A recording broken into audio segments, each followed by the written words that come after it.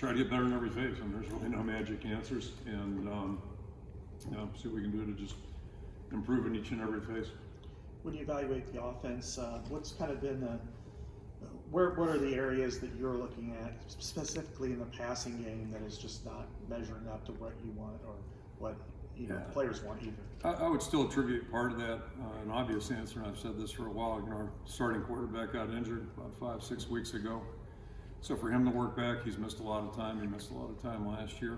And then to work with this team, this group, everything's connected. So the more we practice, the more we do better in practice, have better execution. Hopefully it'll show on the game field. The wide receivers have been targeted 35 times over 4 games, 14 catches. What is it about the group that's not getting involved as much as just ball goes where it goes? Yeah, I think part of that is the ball does go where it goes, and we've had 2 pretty good tight ends. Obviously, we're down 1 there, so that changes. And as a staff, that's something we're doing weekly, is just trying to figure out what's the best way we can do to help improve production offensively, and getting receivers involved probably makes some sense here as we move forward.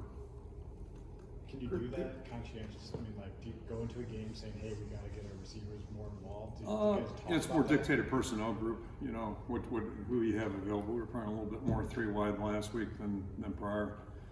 But at some point we still got to block, we got to protect, and then we got to throw and get open, obviously. So it's just it's just keep working here.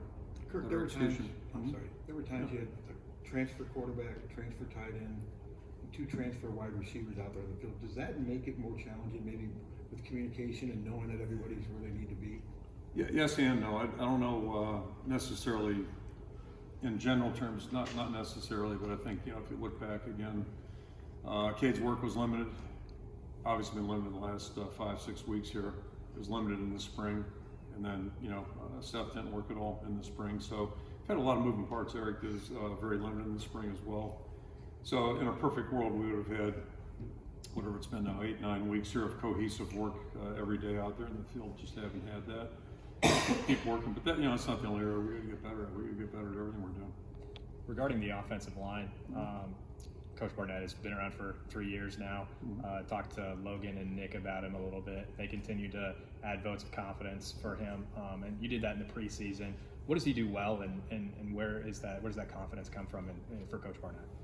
Confidence from me or from the players? From both. From the players, it's earned. You earn everything from your players, and it's just the way he is. It's a person he is, and the kind of coach he is. He's a tremendous football coach and outstanding human being. The players recognize that. I think they can tell.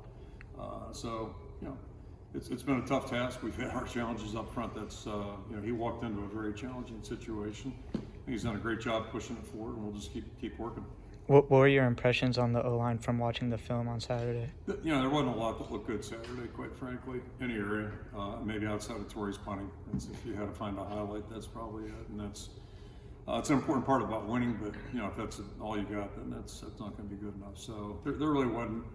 None of us performed well enough, coaches or players, well enough to be competitive and be successful.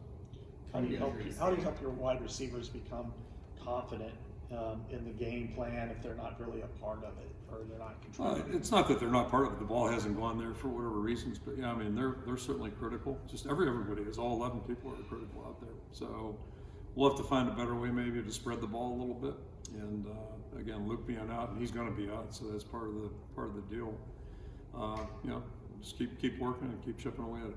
You just mentioned that the coaches. Okay, let me come back there. I'm sorry. From an injury standpoint, aside from kind of the existing ones with Luke, Caleb, Jazz, Kate mentioned that hand didn't seem to be too much of a problem. Did you get out of Penn State mostly unscathed? Yeah, not too bad. I mean, we have a couple guys who are a little bit limited right now, but hopefully Saturday we'll have be at full strength other than the people you mentioned.